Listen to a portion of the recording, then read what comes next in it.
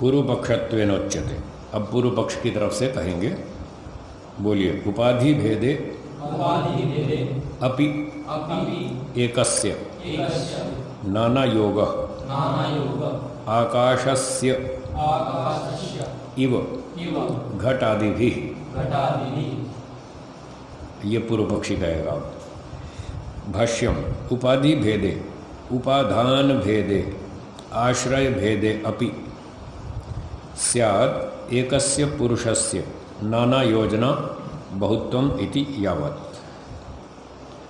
उपाधि का अर्थ होता है भिन्न वस्तु।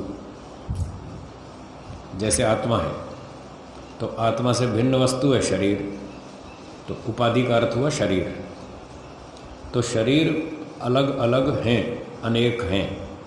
मनुष्यों में करोड़ों शरीर है, फिर कुत्ता है, गधा है, घोड़ा है, बहुत सारे शरीर हैं।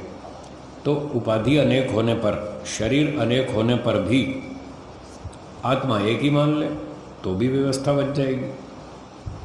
अनेक शरीरों का एक आत्मा से संबंध मान लेंगे।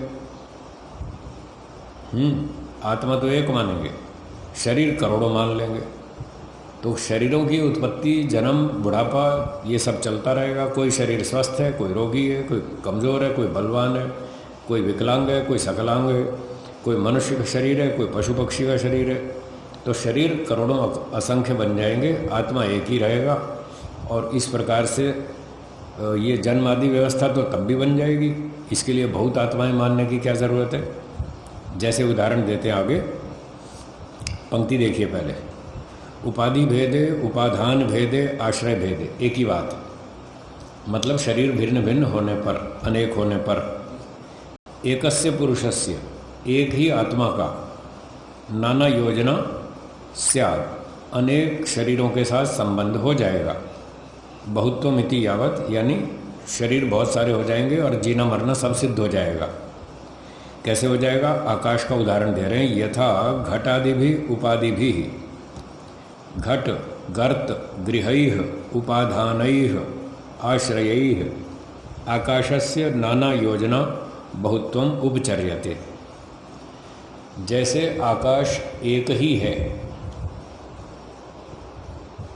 फिर भी एक आकाश का अनेक पदार्थों के साथ संबंध हो जाता है। मकान के साथ, घड़े के साथ, गड्ढे के साथ, मंदिर के साथ। तो जैसे एक आकाश का अनेक पदार्थों के साथ संबंध हो जाता है, ऐसे एक आत्मा का सब शरीरों के साथ संबंध हो जाएगा। तो जैसे आकाश का संबंध घड़े के साथ भी है, घड़े में भी खाली जगह है, मकान में भी है, कमरे में भी है, ट्रेन में भी है। तो इतने आकाश थोड़ी मानते हम, आकाश तो एक ही मानते। वस्तुएं अनेक हैं, आकाश का सबसे संबंध है। ऐसे आत्मा एक है, शरीर करोड़ों हैं, एक आत्मा का करोड़ों शरीर के साथ संबंध हो जाएगा तो भी जीना मरना तो हो ही जाएगा। फिर बहुत सारी आत्मा क्यों माने? ये पूर्व पक्ष आया समझ में? चलो ठीक है, लिखिए सूत्रार्थ। स्वामी जी, जो भाष्य में बहुत्वम इति यावत मतलब ऐसा अभिप्राय है, ऐसा हम हिंदी में कहते हैं ना, ऐसा मतलब इस तरह से, इस प्रकार से, इस अभिप्राय से, उसको यावत कहते हैं। और जो स्वामी जी नीचे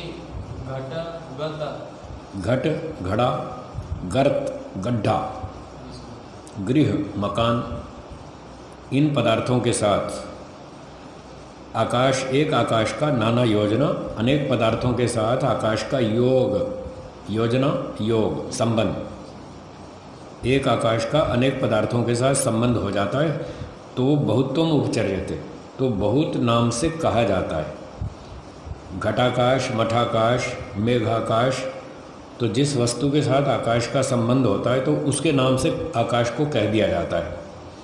घड़े के साथ जो आकाश जुड़ा उसको घटाकाश कह देंगे, मठ के साथ जो आकाश का संबंध है उसको मठाकाश कह देंगे। तो घट मठ आदि पदार्थों के संबंध से घटाकाश, मठाकाश, इस तरह के बहुत सारे आकाश का नाम कह दिया जाता है। जबकि है आकाश एक ही, तो है आत्मा एक ही, तो उसका गधे के साथ संबंध है, घोड़े के साथ है, कुत्ते के साथ है, मनुष्य के साथ है तो हम इतने प्राणी कह देते हैं, आत्मा तो एक ही है आकाश की तरह से। ऐसे उपचर्यते कहा जाता है। उपचार कथनम, उपचर्यते कथ्यते। सूत्रार्थ लिखिए, जैसे एक आकाश का, जैसे एक आकाश का घट, मकान आदि अनेक पदार्थों के साथ संबंध होने से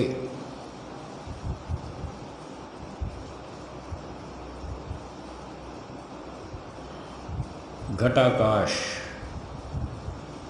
मठाकाश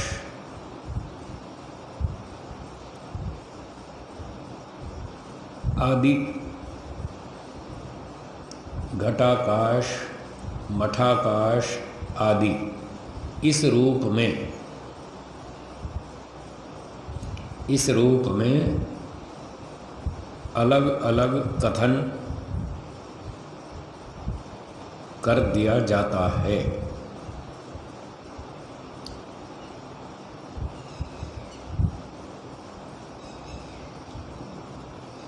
ठीक है,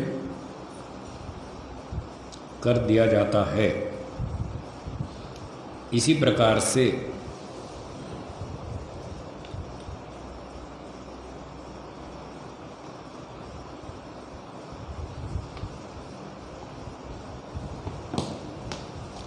एक आत्मा का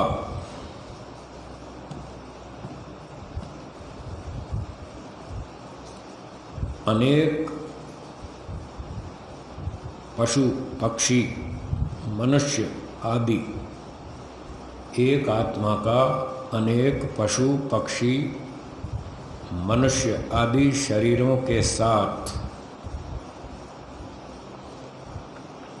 संबंध होने पर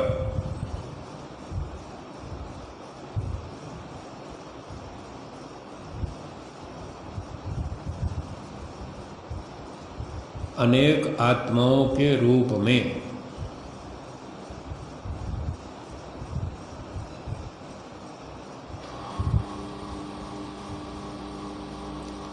जन्म आदि व्यवस्था